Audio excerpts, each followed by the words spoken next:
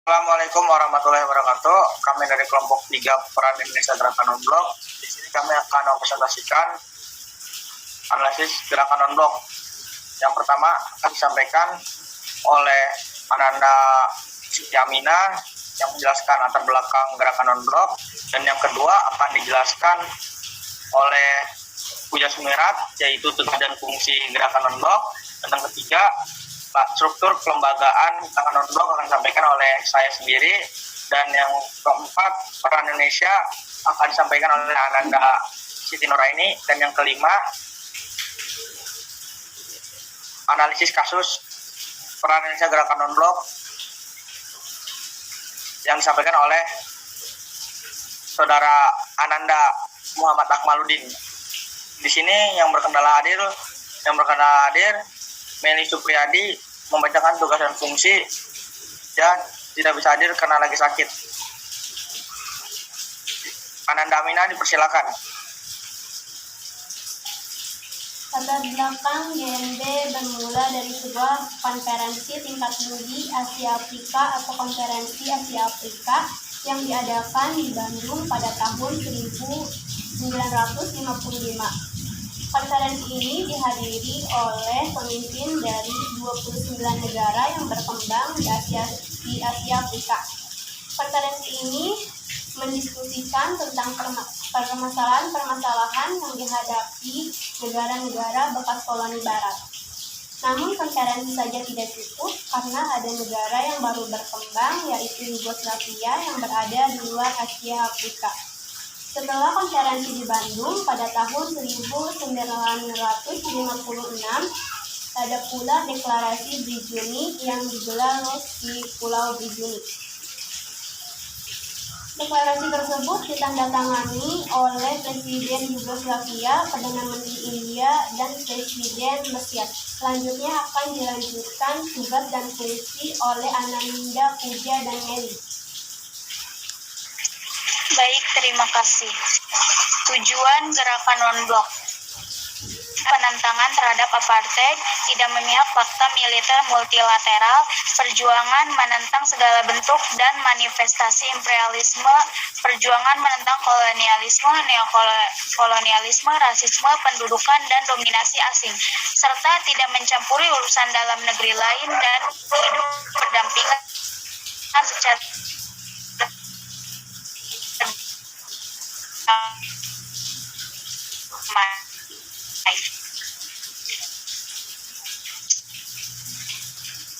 Secara ringkas, tujuan gerakan non-blok adalah mengawasi kedaulatan negara-negara netral serta menentang seluruh kejahatan internasional. Sekian dari saya, akan dilanjutkan oleh Ananda Kevin. Terima kasih Ananda Puja Sumirat. Struktur kelembagaan gerakan non-blok, yaitu dalam gerakan non-blok tidak terdapat struktur organisasi yang mengurus kegiatan di berbagai bidang karena gerakan non-blok bukan merupakan lembaga.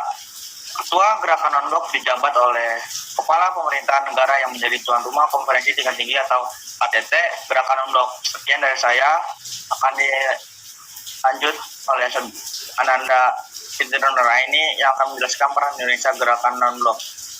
Waktu dan tempat silakan. Baik, Ananda Kevin, terima kasih.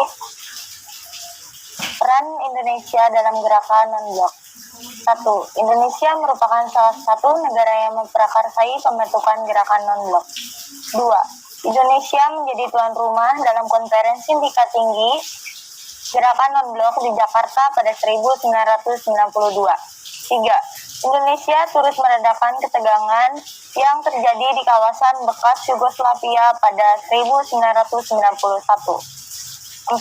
Indonesia pernah menjadi ketua gerakan non-blok di pada 1992 melalui kedudukannya. Indonesia berupaya menyelesaikan masalah utang luar negeri yang didalami oleh negara-negara berkembang miskin secara terpadu, berkesinambungan, dan konvensif. 5. Indonesia bekerja dengan Brunei Darussalam mendirikan Pusat Kerjasama Teknik Selatan-Selatan GNB di Jakarta untuk memperkuat hubungan antar negara anggota. Selanjutnya akan akan dilanjutkan oleh Ananda Akmal, analisis kasus yang akan disampaikan oleh Akmal. Terima kasih Siti Nuraini. Di sini saya akan menganalisis kasus yang pernah diselesaikan oleh GND. Salah satu kasus tersebut ialah kasus Moro yang pernah terjadi di Filipina. Latar belakang kasus ini sudah terjadi cukup lama, 3 abad yang lalu pada 1564 saat Spanyol pertama kali datang ke Filipina. Mereka menerapkan 2 hal. Yang pertama memecah belah lalu menguasai, yang kedua mengemban misi secret atau mission secret atau misi rahasia untuk mengkristenkan seluruh masyarakat yang ada di Filipina. Dalam 300 tahun lebih menjajah Filipina, Spanyol hampir berhasilkan misi secretnya tersebut. Namun masyarakat Filipina bagian selatan menentang hal tersebut. Masyarakat Filipina bagian selatan menentang hal tersebut dikarenakan tidak ingin adanya agama baru yang ada di mereka.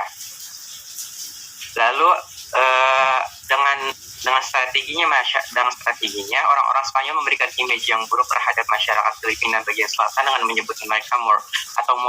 Dalam bahasa Spanyol, Moro berarti buta huruf, jahat, tidak bertuhan, dan pembunuh.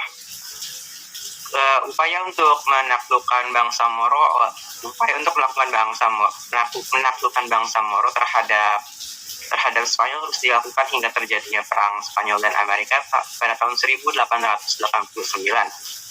Perang tersebut diakibatkan oleh ikut campurnya Amerika atas isu politik terhadap daerah jajahan Spanyol yang berada di Karibia dan Pasifik Selatan. Dalam pertempuran tersebut, Amerika memenangkan pertempuran tersebut dan berhasil mendapatkan wilayah baru. Menurut Treaty of Paris pada tahun 1889, Spanyol menjual Filipina terhadap Amerika dengan harga $20 juta Amerika. Sejak dahulu kala, upaya bangsa Moro untuk memperjuangkan kemerdekaannya telah berlaku cukup lama. Dari masa sejak penjajahan Spanyol, penjajahan Amerika, hingga gerilya melawan penjajahan, hingga gerilya melawan pemerintah pusatnya sendiri atas diskriminasi, genosida, dan marginalisasi yang dilakukan terhadap bangsa Moro. Hingga pada tahun 1968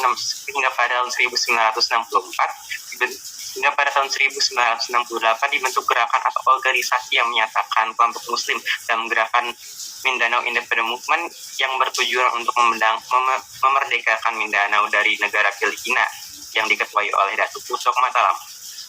Namun dalam perkembangannya, MIM melebur ke dalam gerakan perjuangan pembebasan Moro atau MNLF, yaitu Moro National Liberation Front, yang diprakarsai oleh Nur Miswari yang terbentuk pertengahan tahun 1971 atas terjadinya tragedi Jabidah yang menyebabkan 180 orang Muslim tewas pada tanggal 18 Maret 1968 di Pulau Pacuan. Menurut Nur Miswari, konflik tersebut sudah menjadi konflik yang rasial karena telah terjadi politik genosida terhadap umat Muslim. Nur Miswari juga beranggapan bahwa konflik tersebut menjadikan Muslim Moro sebagai korban utama dari konflik tersebut. Hingga pada akhirnya Nur Miswari mengajak orang-orang Muslim dan datuk-datuk yang ada di Mindanao untuk mendesak pemerintah Filipina menghapuskan genosida, diskriminasi, dan marginalisasi yang dilakukan terhadap masyarakat Moro. Dengan mengeluarkan manifesto Moro yang kemudian menjadi embryo lahirnya organisasi pembebasan Moro. Perang terus berlanjut dari tanggal 1968 sampai 1993 hingga pada tahun 1993 Filipina meminta kepada GNB yang saat itu diketuai oleh Indonesia untuk menjadi mediator antara Filipina dan MNLF.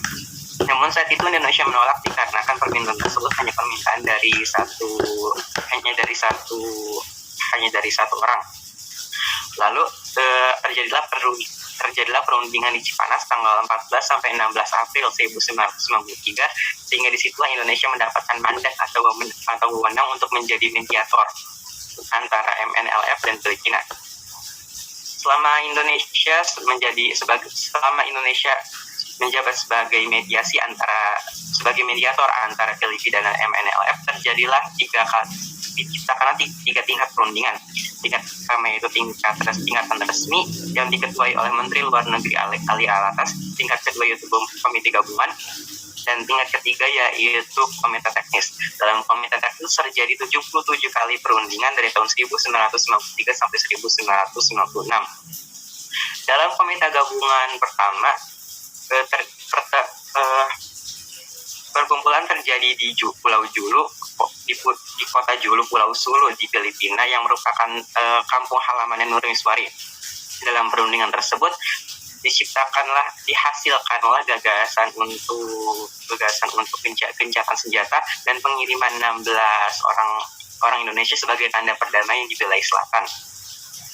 Perundingan terus dilakukan dari tahun 1993 sampai 1996 hingga pada tanggal 2 September di Manila tahun 1996 disepakatilah perdamaian antara antara orang-orang Moro dan Filipina. Menurut Hasan Brajuga selaku pemimpin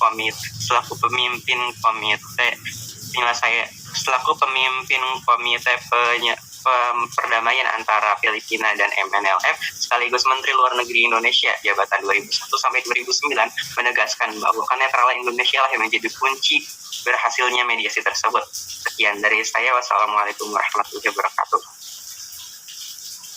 Terima kasih pada Ananda yang sudah mempresentasikan. Sekian dari kami, kelompok Peran Indonesia Gerakan Non-Blok. Wassalamualaikum warahmatullahi wabarakatuh.